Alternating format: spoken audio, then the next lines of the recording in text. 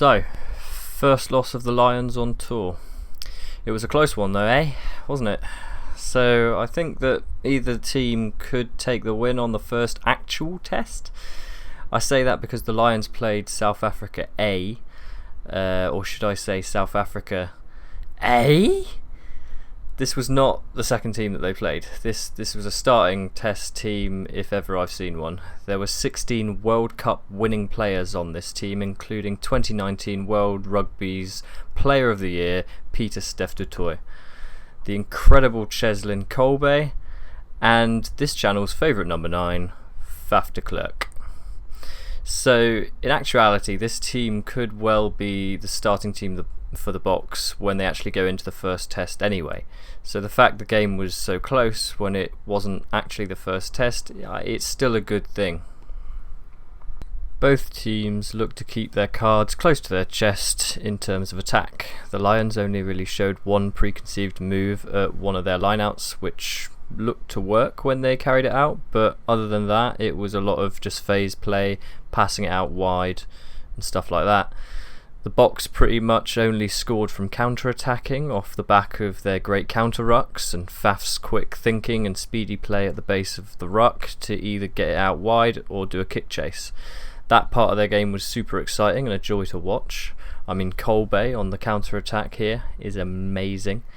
This try was just brilliant to see, even though I am obviously supporting the Lions. I had to fan myself after that one, it was just so nice. I just wish he passed it to Faf so I could see that beautiful blondie score a try.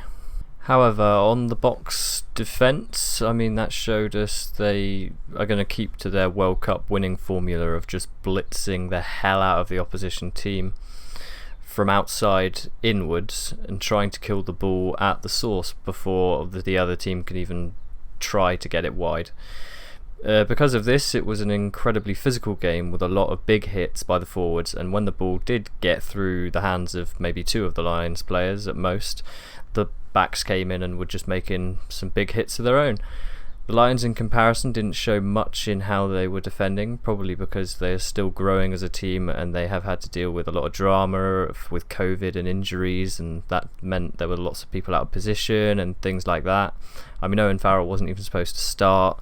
Just things like that basically. But what the good defence from the Boks shows us is that the Boks blitz defence forced Owen Farrell to kick a lot, and as he's been playing number 10 here, he has been playing number 12 most of the times so far on the tour. He needs to make a quick decision on whether he wants to kick or get it through the hands or not. Now this is not a worry really, as like I said, Owen Farrell was playing number 10 here, but he doesn't usually play number 10 for this team.